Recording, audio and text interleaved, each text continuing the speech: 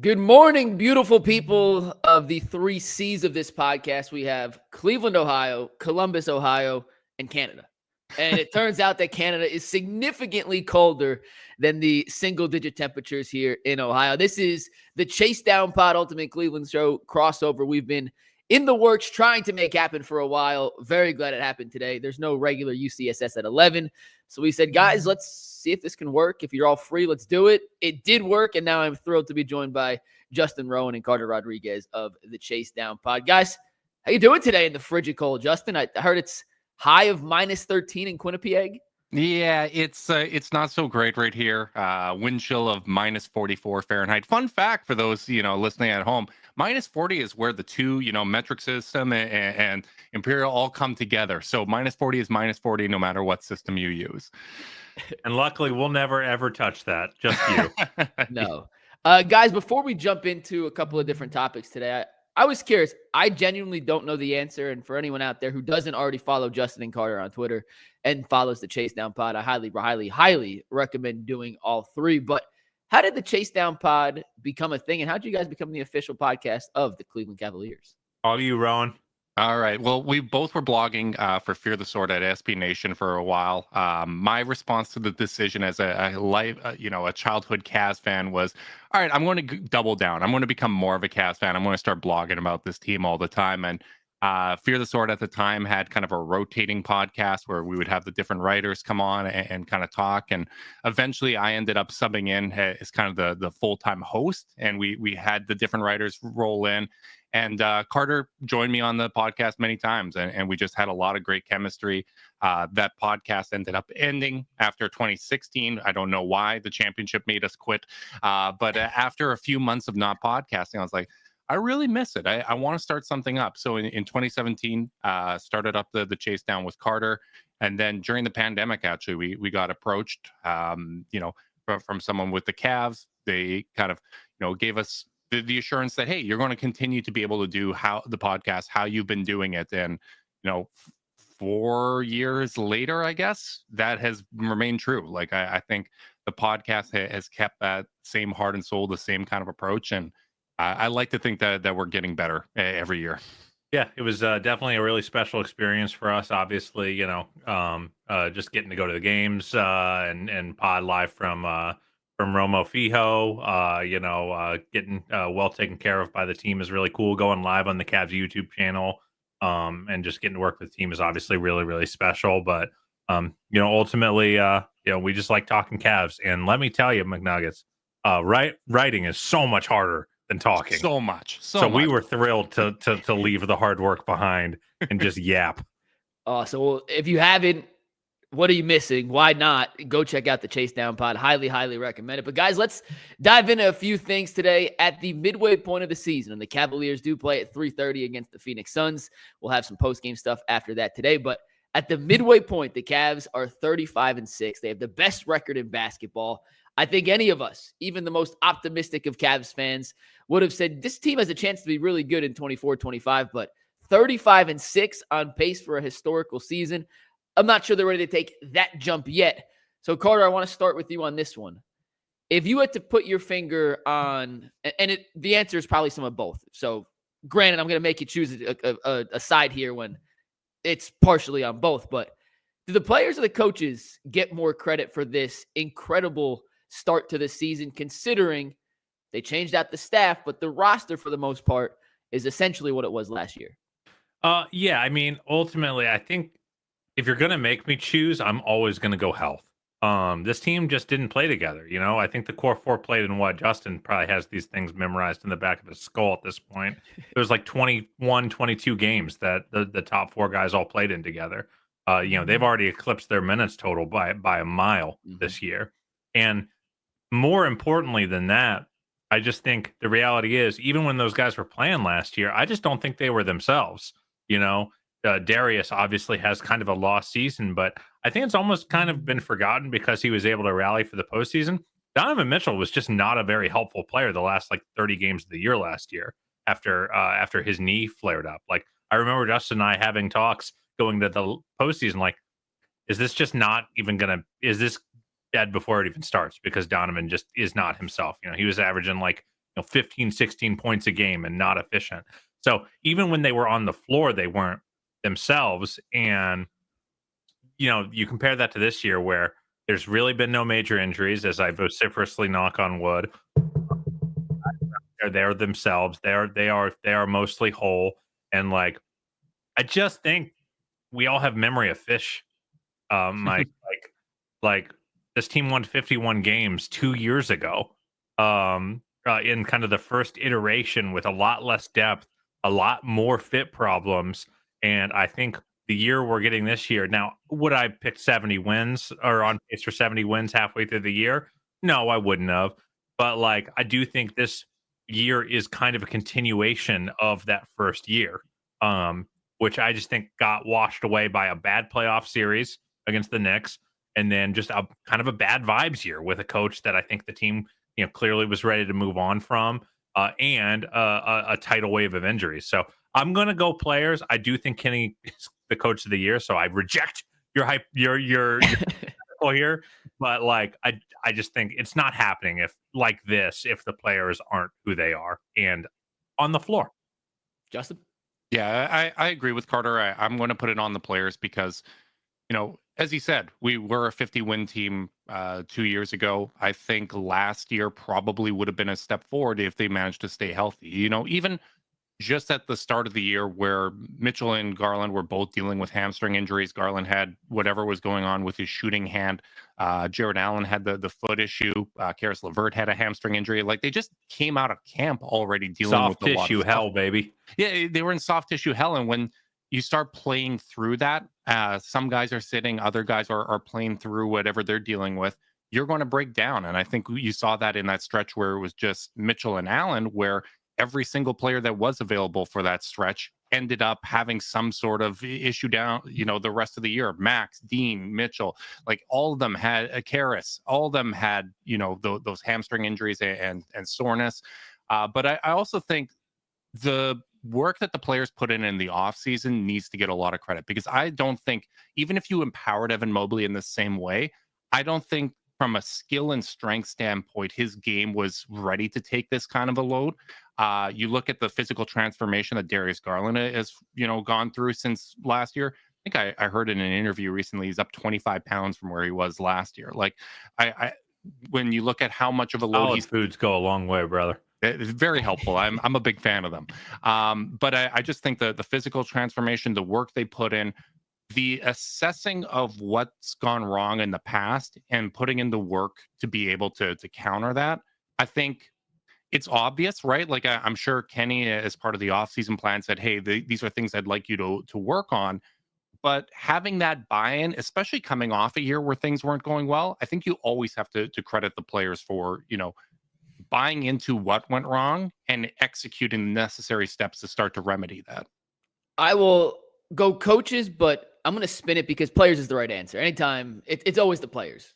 We could have the best coach in the world, and there's not talent on the team. It doesn't frankly matter. You're going to have a proverbial ceiling. But I'll give Kenny credit, because if you look up and down this roster, the physical transformations are night and day. And I remember sitting down with Kenny at Cavs Media Day, and during the middle of our interview, Darius walked by and he stops mid-answer. I forget what question it was, and goes, he looks like a middle linebacker now, doesn't he? And I kind of looked and I was like, you know what?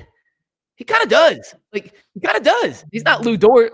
There are different levels to the middle linebacker-ness of certain NBA players, but he was clearly in the best physical shape of his career. And Evan Mobley, despite his upper body not necessarily showing signs of pure on physicality, his lower body, and it's one of the weird things that you get to see when you're on the court for pregame warmups and they're running around.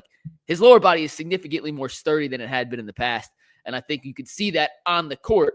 But big picture, if you go up and down this Cavs roster, Kenny Atkinson and the rest of this staff, because they all deserve credit, have empowered guys and instilled confidence in them that I just don't think they had last season. And I understand that that's not a tangible coaching thing that you can say, you do X to equal Y and it gives us result Z. It's more of just a philosophy, a vibe. But Ty Jerome's having the best season of his pro career.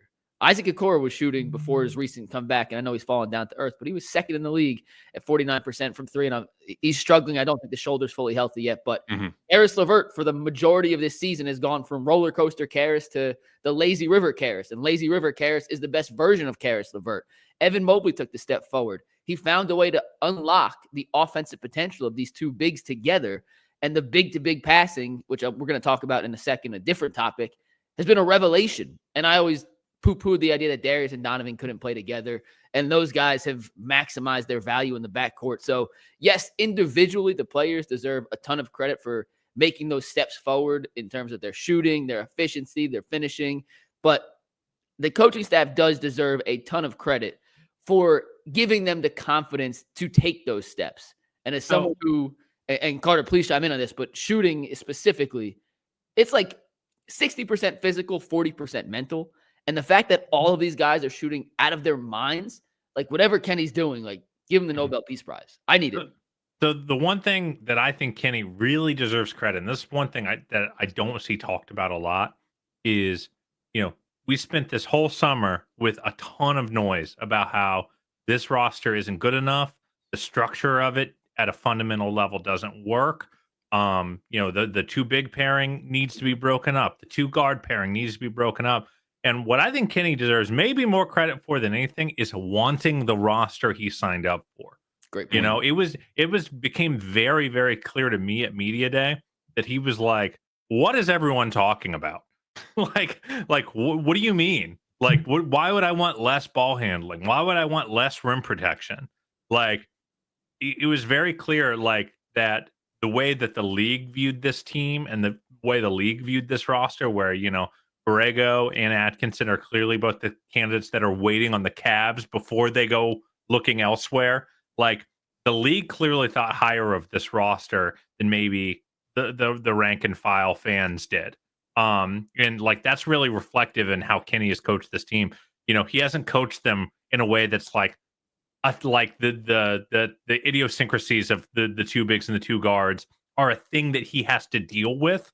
He coaches them like it's an opportunity. It's a good thing, because, by the way, it is a good thing. And Justin and I have been consistent on this, even amid the worst times that we've believed in this roster construction, and being different makes you special in this league. And I think that's what he deserves maybe the most credit for, is not running away from his own roster, because given all the noise, I would have said it's very possible that could have happened. Yeah, I mean, hand up, I had my questions. Like, I'll be the first to admit, and we've gotten some answers. We need playoff answers. We can't get playoff answers until we get to the playoffs. And so far, Kenny has done a terrific job giving us the answers we didn't think we had prior. And now I feel very good about how the Cavs roster is construction. We'll talk about the Cam Johnson rumors in a sec. But Justin, I want to start this next question with you. Through 41 games, we mentioned the 35-6 record. This is not what's the best. This is not what's the worst. This is to Justin Rowan up in Quinnipiac, Canada. What has been the most pleasant surprise about the first half of the season in terms of the Cavaliers and their on-court product to you? I think the most pleasant surprise is how little of a learning curve there was. I really expected coming into this year that there's going to be an adjustment period, right? Like, it's going to take some time to adapt to the new offense. Maybe I said it'd be nice if we were 18-12 through, the start of the season. Obviously, we've been a whole lot better than that. And I think what that really does is it gives you an opportunity to build upon the foundation that you've already made. Because it doesn't matter how good you are in January. It matters where do we get to by mid-April, right? And mid-May, because you could still improve even throughout the playoffs. I think we saw some of those former LeBron teams grow up as they progress through the postseason. So I think having a foundation already in place, having that North Star of, okay, we know how we played against the best teams in the league. We know that we have the number one offense against top 10 defenses in the league. We know that even though the one game against OKC went poorly, we handled their pressure well in the past, right? We know that we can compete against Boston. So now that you have that confidence, you can start building counters. And I think that was one of the issues, even the 50-win season, was they had this great foundation. They were running good stuff, but then injuries started to seep in, and you weren't able to adapt to what you already had and build upon it. It was, all right, well, now we're down to one guard. We're going to have to play a little more heliocentric. Like, you're almost stripping down to what is our fastball that we can kind of execute right now, and let's stick to that. I think with the foundation they already have in place, you're able to see more and more counters. And I think that gets embodied with more than anybody, Evan Mobley, because to start the year, teams weren't ready for him bringing the ball up, kind of pressuring the rim in the same way. I think they adapted a little bit. He had that lull, and then it was back to, being more dominant and feeling more confident. You see that little turnaround jumper, and sometimes they even run a pin down for him to shoot from the free throw line extended, right? Like, you're seeing more and more counters being added to it, and I didn't think that we'd be at that point this soon in the season. Carter? I gotta say, first off, good question, because there's so many pleasantly surprising things about this team. But I gotta say the clutch play. They are first in the league with a bullet in the clutch. They have a plus 53 net rating. Sorry, my computer was blowing up. Yeah, they have a plus 53 net rating, which is, best in the league by a mile. Second place is Orlando at 31.1. This is a team whose offense really bogged down as we hit kind of crunch time last year.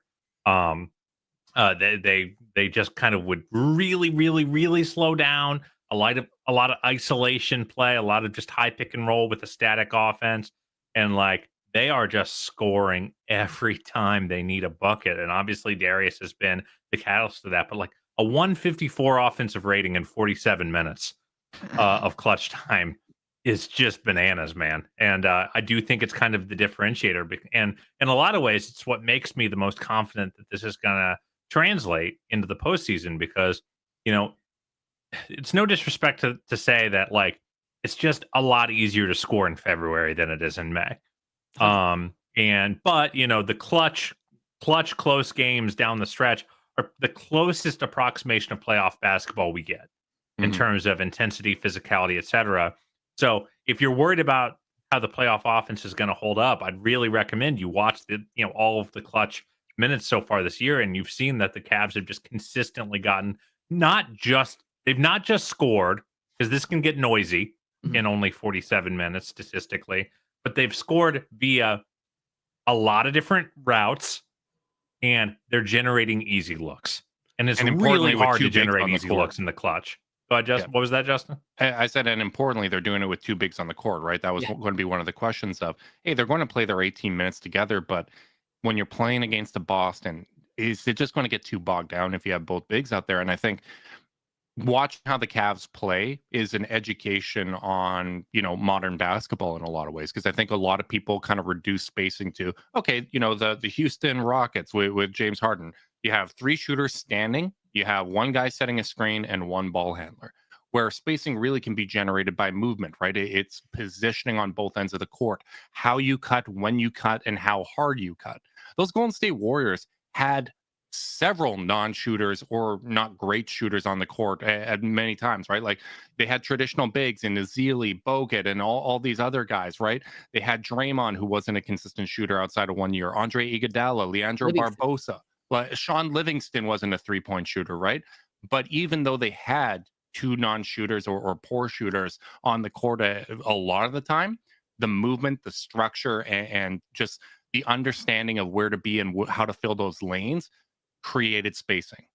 And it does help when, Stephen, Clay, and KD are three of the greatest shooters to ever take a breath on this planet. So the gravity just even pulled out further. But Carter, to your point, I have 1.5 because I want to give you one answer, but I have to give my other guy some love. The big-to-big passing has been the most pleasant surprise to me, just because Kenny's unlocked a way to not just make the two bigs work together, but turn them into weapons, like legitimate weapons. And I go back to the end of the first OKC game when OKC decided Darius and Donovan aren't going to be the ones to beat us, especially down in the clutch situations like Carter mentioned before. You're going to have to get the ball to your hands in that high pick and roll situation, and one of the bigs is going to have to make a pass. And those two were flawless down the stretch in that game against the number one defense in the NBA and the team with the best defensive rating, or the fourth best defensive rating, since the year 2000. And the way Jared Allen and Evan Mobley have both made legitimate, tangible, not just by the stats, but by the eye test, you combine it all together. There's no debating the fact that they have both become above average to high level passers in the short roll, and the spacing on the backside with the cutting, and to your point, Justin, on the way they're moving and starting guys in the corner and having them slowly start to sneak in beforehand. It's just, it's basketball porn, essentially. It's a thing of beauty. And if you don't know what you're looking at, I don't think you kind of understand what's happening on a play-to-play basis, but it has been an incredible step forward for both those two. But my biggest pleasant surprise, I created a stat this year. It's called League Pass Moments, which essentially, it doesn't matter what you're doing, but you get a text from Carter or Justin and says, insert player X League Pass now. It could be anyone. It could be, James Harden in LA, Jan, whatever. Ty Jerome, in my unofficial count of the 2024-2025 season, leads the Cavs in League Pass moments with 3. Mobley has 2. Donovan has 2. Ty Jerome has 3. And if you told me before the year that at the midway point of the season, Ty Jerome would lead the Cavs in League Pass moments, I would have told you to go F off. Like, not a chance in hell. But the game against Golden State, the New Orleans game, and then the other they were wearing the blue jerseys. I forget who they were playing, but he started the heat check. He had 27 in the second quarter. I think, Wizard. But Ty Jerome, Pelicans. It was a Pelicans game. Turning into a League Pass maestro has been my guilty pleasure of this season. I can't even pretend to hide it. Listen, we wanted Ty. We were both fans of his game.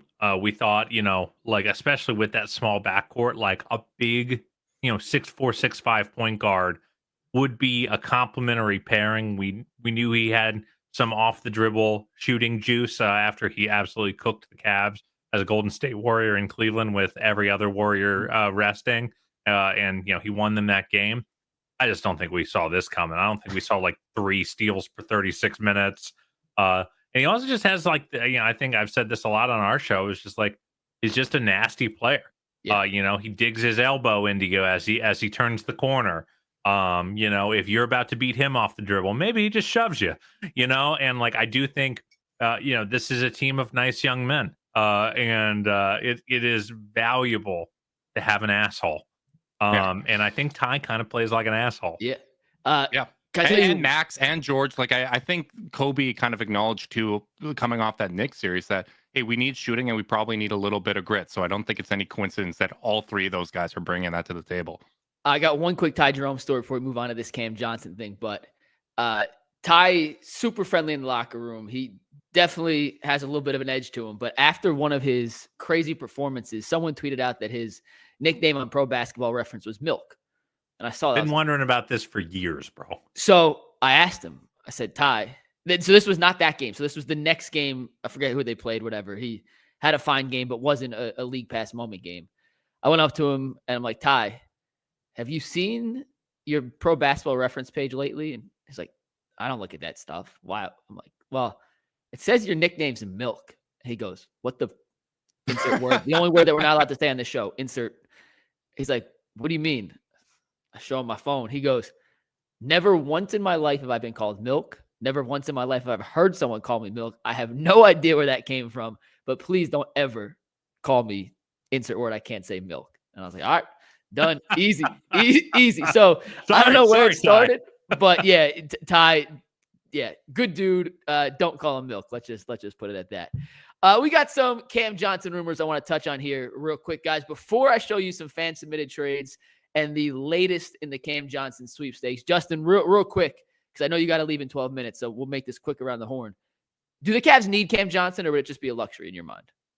I don't think need is the right word. I think it's something worth exploring. I think all options at the deadline are worth exploring, especially when you have some expiring contracts yourself. You need to see what opportunities are out there, and you have to kind of weigh, all right, is this going to be purely additive, or is this going to be kind of jeopardizing the chemistry to some extent? Because I think back to, when the Cavs added Antoine Jameson, that was literally like a no-lose trade from an on-court standpoint, because Ilgauskas ended up coming back.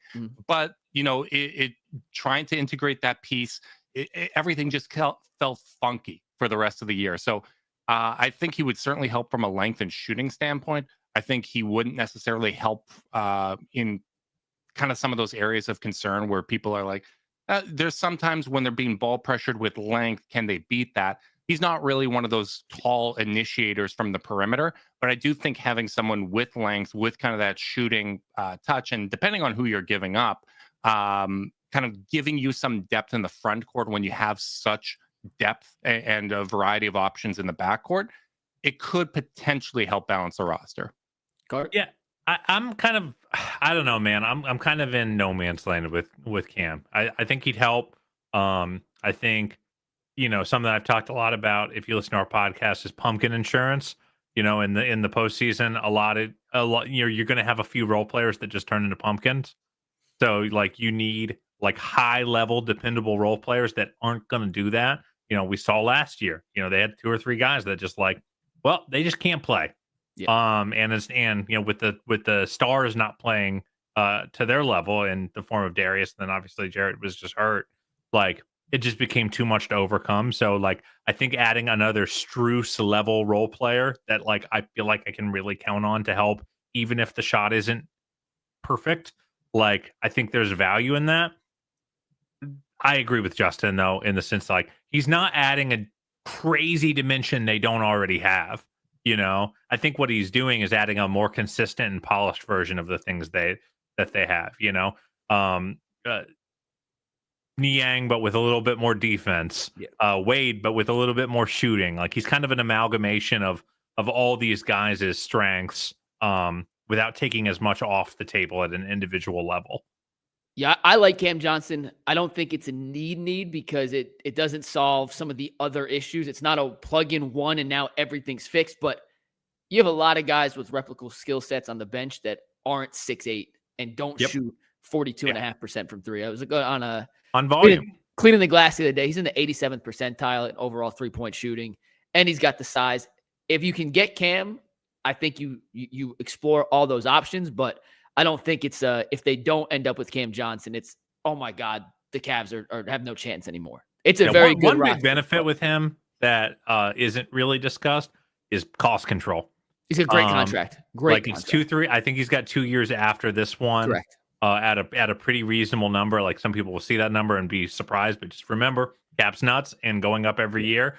And what the Cavs really need with a very expensive top 4 is cost control. Is not to have to pay someone $40 million, 2 years from now. So having a little cost control is valuable, and that should be considered with any trade they look to make. Cam's contract is in the mid-20s for the next 2 seasons after this. Wait till you see some of the guys in the free agent market that get contracts in the mid-20s to 30s, and there are going to be guys that you say, he got that, and Cam Johnson's making this. Pretty easy. So I'm going to give you guys the latest updates on the Cam Johnson rumors, then show you I have 6 fan-submitted trades, some more realistic than others. We'll just start it with that, and we'll do some live reaction. But the latest news in the Cam Johnson era, this comes from the New York Post. The Nets are seeking 2 first-round picks or the equivalent for Cam Johnson. We have mentioned before the Cavs cannot trade a first-round pick before 2031. The next update comes from Evan Siddery, who says, according to DraftKings Sportsbook, the Cavs are now the favorite to land Cam Johnson plus 250 odds, the Thunder at plus 280, the Pacers at plus 450, the Kings at 550, and the Grizzlies plus 1,000. We've talked about this at length before, but we do know OKC has a gajillion first-round picks to trade. So if OKC really is interested in Cam Johnson, they'll have him. Yeah, he will be an Oklahoma City Thunder. So let's go through some of these trades. I have 6. These are not in any order from most realistic to least realistic. These are in alphabetical order according to how StreamYard wanted to sort this. So first one comes from Brian Kreinberg, guys. In this deal, he has the Cavs getting Cam Johnson, Drew Eubanks, Duran Sharp, and Patty Mills. He has LeVert and Niang going to Brooklyn. And as a part of a 3-team deal, he has Isaac Okoro heading to Utah. So the Cavs will lose LeVert, Niang, and Okoro, but bring in Cam Johnson, Drew Eubanks, Duran Sharp, and Patty Mills. Justin, thoughts on this initial trade proposal from Brian Kreinberg? Well, it doesn't seem to meet the asking price of 2 first-round picks or equivalent, right? I think you can make an argument that maybe Okoro could be seen as a first-round pick equivalent, but he's not going to Brooklyn in that deal. So I think right off the bat, that's coming up short. My reaction every time I see a 3-teamer is, why is that 3rd team in there? I don't know. I have a great one coming along those exact. Which one is it? I believe it is this one. Yeah, this one's a little weird. The Cavs in this deal get Cam Johnson and Cam Whitmore. The Nets, George Niang and Jayshawn Tate, and the Rockets get Max Strus in this deal. Carter. I gotta presume there's like some picks not in there. Because the problem with that one is I just think the Nets and the Rockets are probably wanting first round compensation for either of those guys. The Nets obviously won at least 2, and I gotta imagine the Rockets aren't just giving Cam Whitmore away. I know he's kind of unhappy with his role, but fun. But there's also a little weirdness about giving up Strus. That's not really the role player I'm looking to move on from, if I'm honest. Yeah, I just don't think either. I don't think either of the other teams are taking that one. I want to add to what we have in Wade and Strus. I don't want to take away one of them to add shooting. When I saw this, and it's the same one I had up, I said, why in the world would the Nets do that? And I know sometimes you could add. Why would the Rockets do that? It's just weird. I will say, if the Rockets are shipping Cam Whitmore, sign me up. I would love to see. Yeah, that'd be sweet. Cool player, cool, interesting guy. But in this particular scenario, JT Keeper 1, this would be the best case scenario for the Cavs coming away with Cam Johnson and Cam Whitmore. Is it realistic? I don't particularly think so. Next one comes from Black King Kev, who says the Cavs would acquire Noah Clowney and Cam Johnson for LeVert and Okoro. Once again, doesn't necessarily meet that 2 first-round pick mantra, but the money in this instance comes pretty close, even though I do believe Cam Johnson has a trade kicker that brings him up to $27 million, which I don't think is factored into the ESPN trade. I think that is only for cap and tax reasons. I think he's got some unlikely to hit incentives that basically count against your tax calculator, but they do not count in a trade. That is my understanding. Mm-hmm. Justin, you actually think about the stuff more than I. Am I right on that? You're correct. Yeah. And what I like about that is looking to add a big man in that too. I think the more realistic or more available one might be Sharp coming from Brooklyn. Yeah, I really, honestly, I like all 3 of those guys. So I just feel like they're probably more likely to want to retain Clowney in any deal. All right, we got a couple more. Next one comes from Steve Short 86, and in this deal, the Cavs get Cam Johnson. The Nets get Isaiah Joe, Aaron Wiggins, a first from the Thunder, a second from the Cavs, and their 2031 first. The Thunder get LeVert and Okoro. My initial thought to this was, if the Thunder are going to be part of a 3-team trade, they will be the ones getting Cam Johnson. Yes, this is nonsense. No shot. Hey, I appreciate I had over 30 submissions, so I tried to take some of the ones that were just duplicates of each other out. But yeah, no shot on that one. OKC facilitating a 3-team trade where the best player ended up in Cleveland. Yeah, Sam Presti loves helping his competitors get better. Yeah, well, shout out to Sam Presti, Emerson College basketball alum. Me and Sam doing great things in the NBA now as Emerson College guys. 2 more here. This next one comes from our friend of the show, Luca, over at realcavsfans.com. Another great forum to check out Cavs content. But Luca has, and I don't even know what trade thing he's using. This is Spot Track, which is really great. Spot Track. Okay. In this instance, he is Cam Johnson and Day'Ron Sharpe going to Cleveland for LeVert, Niang, Tyson, Thompson, and that 2031 first-round pick. So is this an overpay? If this is what the cost to get Cam Johnson would be. This is what I think probably looks like the most realistic outcome is. It's a 2-team trade, so you don't have to get a bunch of parties to sign off. And basically what you do is you give away all your long-term assets in both, because Tyson and that 2031 first are your last real cost-controlled tradable assets. That also does your best job at approximating 2 first-round picks. Because Tyson obviously was just a first-round pick this last summer, and then it gets you the matching salary. It gets you gets you Cam and the big man without meaningfully disrupting your rotation. It's probably the closest thing to what I would imagine a real package would end up like. Justin, what do you think? Yeah, I think that's probably your best foot forward. I don't think I wouldn't really see TT being in that deal. I think maybe he's included there to get the number of savings that you want to have. But you have to remember, you have to get your roster up to 14, right? So in that instance, you'd have to assign 2 minimum players. All of a sudden, you're right back to where you were. So I think any Cam Johnson deal, you're probably saying we are going to be paying the luxury tax this year. So you kind of have to be under that expectation. I think a lot of the reporting says Brooklyn's looking for expiring contracts, so maybe Sharp wouldn't be included in there. Maybe, the two main expiring contracts that the Cavs have are Karis LeVert and Sam Merrill, so maybe that's something they look at in addition to Tyson. But in terms of realistic assets that I could see, being put forward, I think that trade kind of includes them all. I just want to say I'm absolutely shocked that Luka came with a realistic trade request. Of all the crazy fans out there who we love and appreciate, Luka coming with the most realistic one does not surprise me in the least bit. I do see a 3-for-2 is very possible if the Cavs are going to make a deal like that, and then as a way to kind of duck that tax is to convert one of your two ways, where they don't count as much against your cap as a full veteran minimum. So I do think that makes sense. But to Justin's point, I just don't think TT being it actually really probably does much for the Cavs or the Nets. And the last trade proposal comes from R. Baroff 427. And this one, the same two players going to the Nets, Cam Johnson, Day'Ron Sharpe. To the Cavs, the Nets get a 2031 first, a second-round pick from the Pistons, a second round from the Cavs and LeVert. And Isaac Okoro reunites with J.B. Bickerstaff in Detroit. Do you guys see any world where J.B. Bickerstaff helps facilitate a three-team trade that would land Cam Johnson in Cleveland? I think that the issue there is just there isn't the second first-round pick equivalent going to the Nets more than the Detroit part. I'm sure JB would love to add defense to that Detroit team. Not that he's necessarily in that decision-making role, but I just don't think Brooklyn's getting enough there.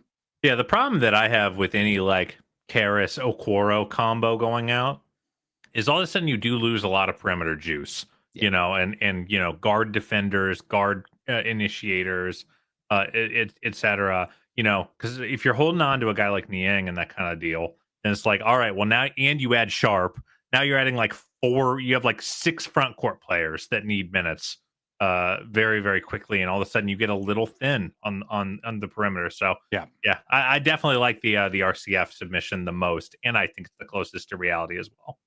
I know Justin has to leave here in 3 minutes, so Justin, I'll give you the first stab at this, and then Carter, you can stick on. I'm going to read some fan comments at the end just to get us to 11 o'clock. Oh, good, brother. People. So if you want to stay, feel free. If not, Happy but to Justin, first off, follow Justin on Twitter. Check out the Chase Down Pod. We appreciate Justin and Carter coming on. But Justin, 35-6 at the break. We have 41 games to go in the regular season. Do you have any reason, any inclination to believe this Cavs historic start is not sustainable over the second half of the season? Some. I think the biggest thing that they're going to be playing against outside of health is going to be complacency. George talked about that in an interview with Carmen Lima, basically saying, coming off that OKC win, you're fighting that a little bit. We've lost one game in the last 5 weeks, especially when Boston isn't really a threat right now to regain that number 1 seed. If you're not feeling that pressure, the grind of an 82-game season is going to make things tough. So I can see them taking their foot off the gas. I think they're in a little bit of a lull right now. I would expect at least one more throughout the course of the season. But you also have to remember they went through one of those. They had a 6-4 stretch already, right? So you can always remedy that with a 12, 15-game winning streak. It's just how many times do you have that gear within the regular season, especially if you're not really being pressured? But I do think all they have to really do is look across the conference and see OKC and recognize, hey, I think we learned that home court advantage would be really important if we do make it as far as we hope. So maybe that is giving them some motivation. Yeah, I tend to go the same way. I think complacency, but I don't think we should just say health and say whatever. Like, this team's been really healthy.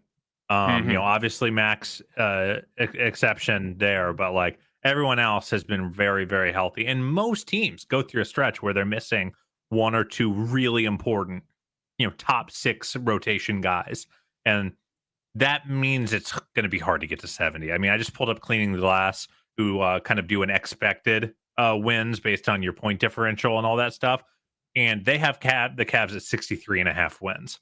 So right now they're on pace for 70. So if you're gonna, drop a little bit, it's not out of the picture. Now, when you say sustainable in the sense of do I think the ceiling of this team is going to drop over the back half of the year? No, I think this team is as good as we think they are. And whether they win 66 games or 70 games or 65 games, like I still think this is a true blue title contender. And I don't think I'm going to be talked out of that in the back half of the season. No, neither do I. FanDuel never put their win total over 63.5, so they're right in the same line as cleaning the glass. They're going to lose a few games. I'm not worried about the 70 wins as much as I am. As long as you can lock up the 1 seed. Like, to me, whether it's 61 wins or 71 wins, the 1 seed's incredibly important. How many wins they need to get there, it is what it is. I'm going to get to some comments before we wrap things up today. Real quick, Justin, where can people find you on Twitter and on platforms, the Chase Down Pod? Just plug your stuff before I start reading some fan comments. Yeah, absolutely. Wherever you found this podcast, you can find the Chase Down Podcast. You guys know where to find podcasts. You can find me on Twitter at Cavs Canada. Just slap Cavs in Canada and you'll find me there. I apologize for everything you find after that. Carter, same to you. Where can people find all your wonderful basketball takes? Yeah, Carter_Shade on Twitter. Same on Blue Sky. Though I'm not really there too much right now. And then obviously you can find us on the Cavs YouTube channel, as well as any podcast feeds that you like. Awesome. I would highly recommend it. One of the best Cavs podcasts out there. And shout out to the 500 people who joined us live this morning. We're going to get to some of your fan comments here. To wrap things up, Roger Dodger says, go Cavs. And Justin, at any point you got to dip out, by all means. He has another podcast. A very busy man today. So Rumple Foreskin, which every time this person comments, it makes me laugh. MLK Day is huge. Win hoops all day long, makes the 12-hour shifts fly by. That's why the Cavs play at 3:30 today. Do you know if are they wearing special uniforms today? Is that part of I'm not a uniform tracker. That's not part of my brand, so I have no clue. I like to be pleasantly surprised when I turn on League Pass. I will. I forgot. You get to watch them on League, so you get to. We can talk about that offline. I actually don't want to say anything right now. I get the whole experience. It's great. Karen Phillips, do you think we make any kind of trade coming up? We talked about Cam Johnson. If it's not Cam, do you expect the Cavs to make some sort of deal at the deadline, guys? I think that, they are just over the tax line right now.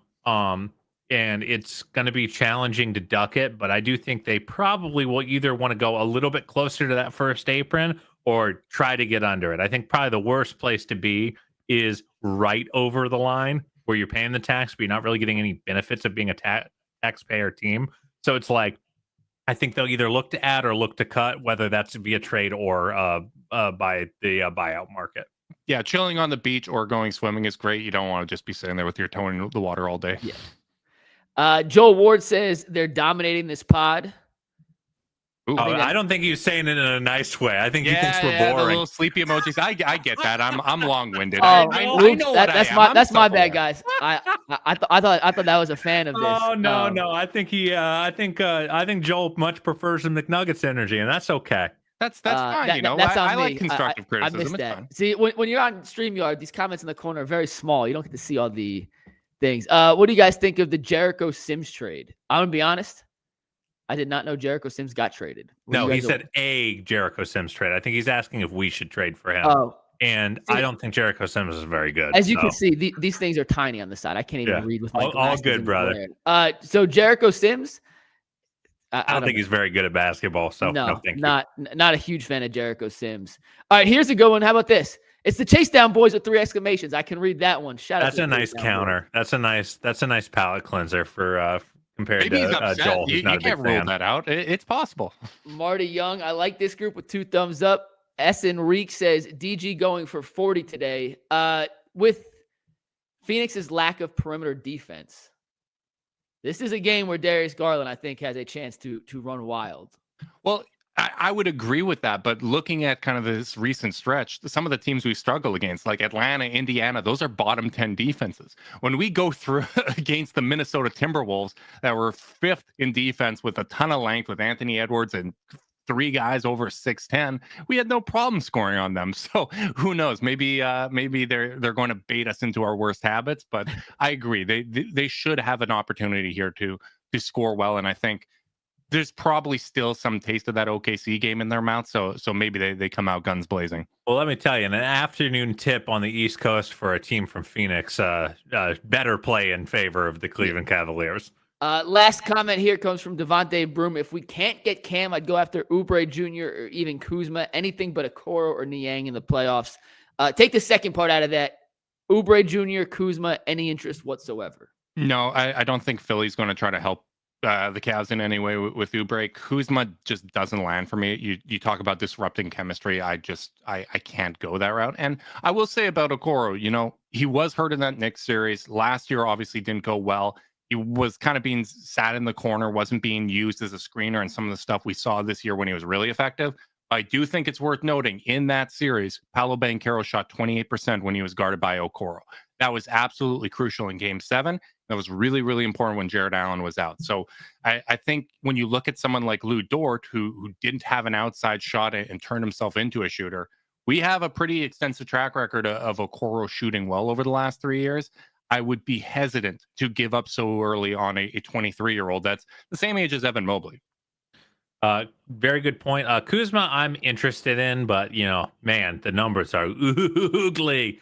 And you won. One part of you goes, he did help win a championship as a role player, but that was a long time ago now. And the stats are so bad that you kind of just, I don't know. I think I'm out. I'm out. Yeah. His 3-point shooting this season, it's atrocious. I can't. I just can't do it. That's going to wrap it up, though, for this Chase Down Pod UCSS crossover. Justin Carter, I cannot thank you enough for taking 45 minutes to talk Cavs with us today. Make sure you follow them on Twitter. Listen to the Chase Down Pod. And we will see you guys tomorrow back at 11 a.m. for a regularly programmed Ultimate Cleveland Sports Show. For Justin, for Carter, I'm McNuggets. See you later. Peace.